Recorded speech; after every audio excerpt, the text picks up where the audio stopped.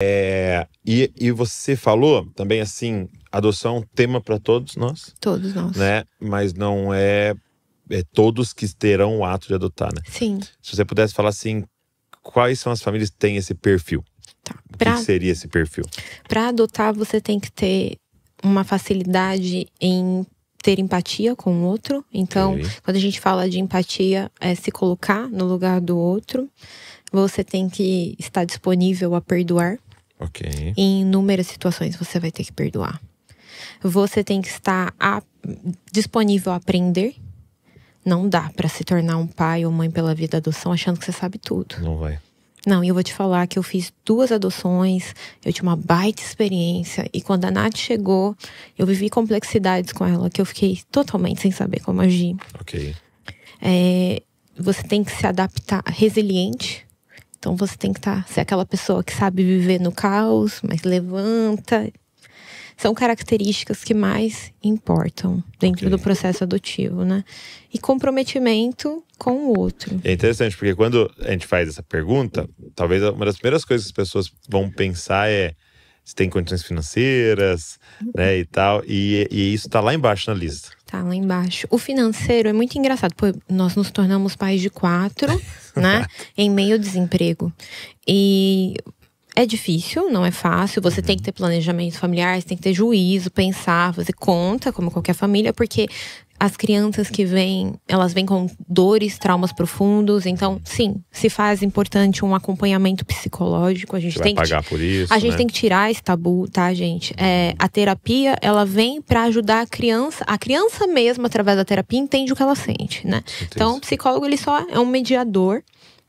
Algumas vezes você vai precisar de um psiquiatra. Pra você. Também. Essas crianças também. Em alguns momentos você pode precisar de um psicopedagogo, porque são crianças que vêm com uma defasagem escolar, que vêm com uma série de déficits de desenvolvimento. Então você vai ter custos, né? Mas a gente, em 2, 3 meses, se adapta. Você vive com o que você tem. Agora, não é isso, é muito mais emocional. É muito mais uma disposição em viver o emocional. Uma vez eu ouvi algo interessante que é um pastor amigo que teve uma filha pela adoção, e aí ele falou que passou uma situação parecida com a que você relatou, de rejeição e tal. E aí ele falou que um dia sentou com ela e falou assim, ó, seguinte, eu adotei você, mas você precisa me adotar. Sim, é muito importante, isso é bilateral. Eu adotei você como filha, mas quando é que você vai me adotar como pai, né?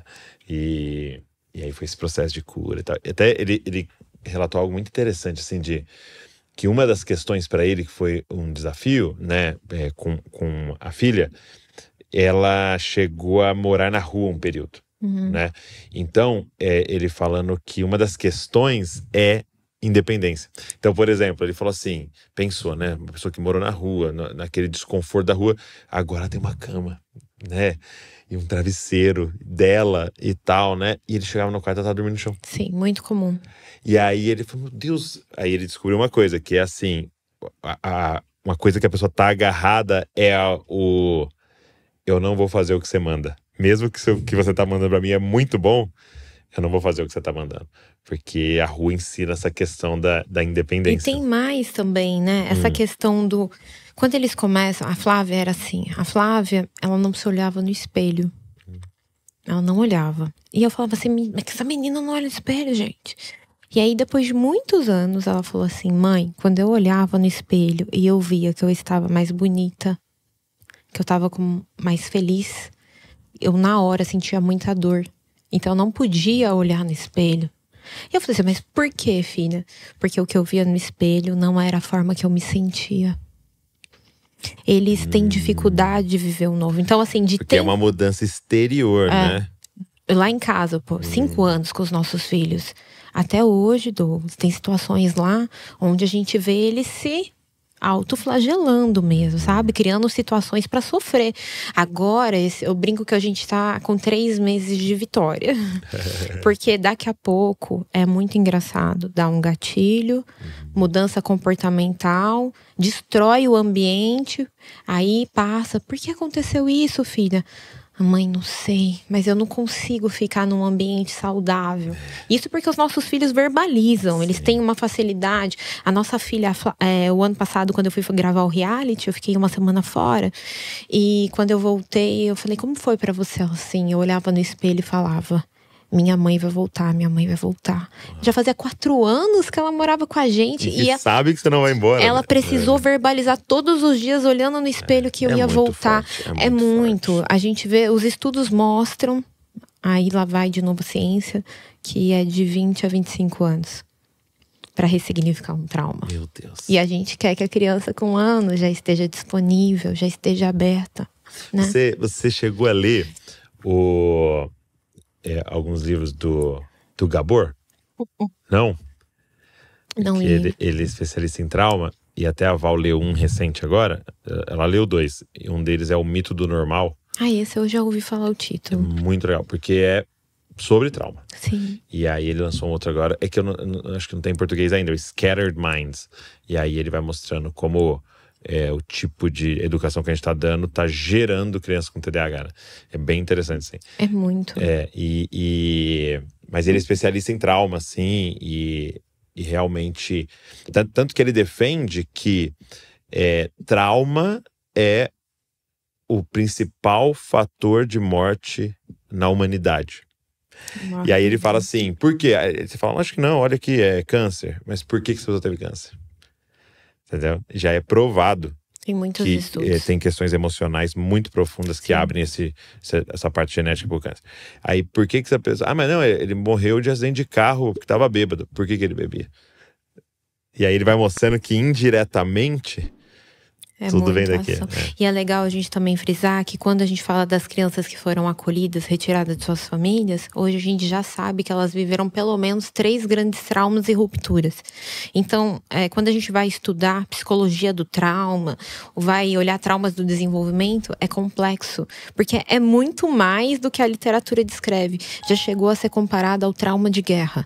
Tamanho e impacto. Então, a gente já sabe que o trauma muda o cérebro, o trauma muda a biologia da criança. Então, as crianças que sofreram grandes traumas, elas têm mais sensibilidade à medicação. E aqui fica um alerta, porque as famílias adotam, querem levar as crianças para tudo que é médico, para tomar um monte de remédio, para curar tudo que é problema da vida. E eles metabolizam diferente medicações. Crianças que sofreram grandes traumas têm mais propensão à alergia. Então, muitas famílias adotam recém-nascidos e acham que vai ser tranquilo, mas é muito comum durante o período de aleitamento, de mamar, não conseguir ser alérgico ao leite, por exemplo.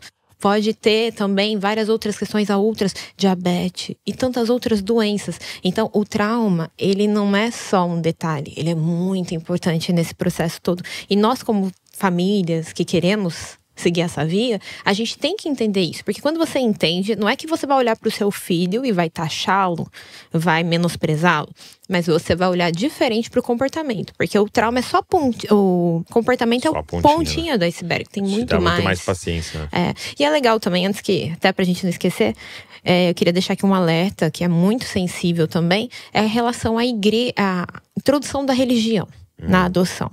Se você opta, principalmente pela adoção tardia, é comum que a criança não tenha vivência com a igreja evangélica, já que eu já falei que a maior parte das crianças dos abrigos não recebe esse apoio, né?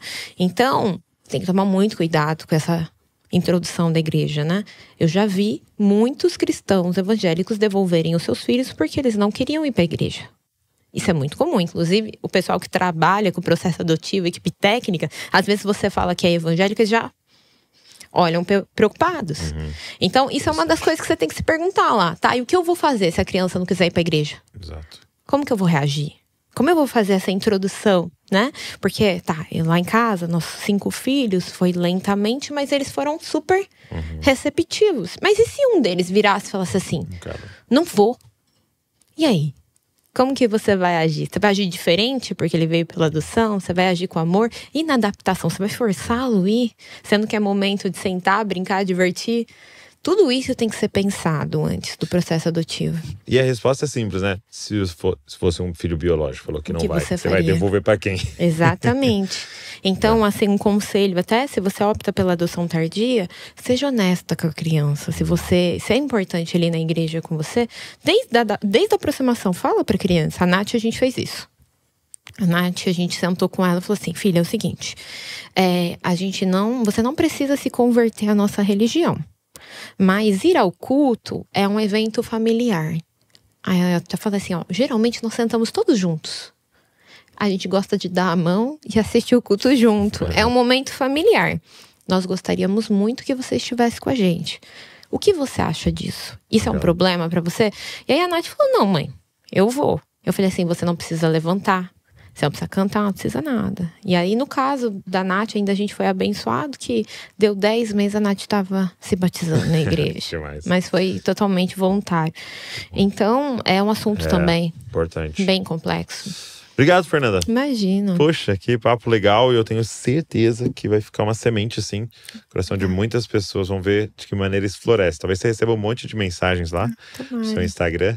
Pessoas pedindo talvez até mais orientação e para você ir direcionando as pessoas. Mas obrigado mesmo. Imagina. E não só pelo podcast, mas pela vulnerabilidade, por abertura e deixar que das suas feridas saia um poder para curar outras pessoas, seu testemunho alcance outras pessoas. Eu agradeço e também quero deixar um elogio por vocês estarem trazendo esse tema.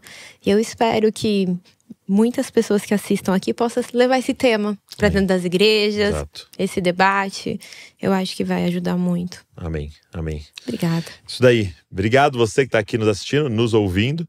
E eu queria te fazer um pedido. Se você puder nos ajudar, como a gente disse, a adoção é um tema para todos. Então pega esse link e sai mandando nos grupos, manda nos grupos da igreja, nos grupos de amigos e tal, para levantar esse tema, que nos próximos encontros a gente possa conversar sobre isso, levantar esse tema tão importante para nós e tão importante para Deus. Então, como eu disse no início, deixa um comentário aqui, também curte esse vídeo, se inscreve no canal e a gente se vê aí no nosso próximo podcast. Deus abençoe você e não se esqueça, você é uma cópia de Jesus. Valeu!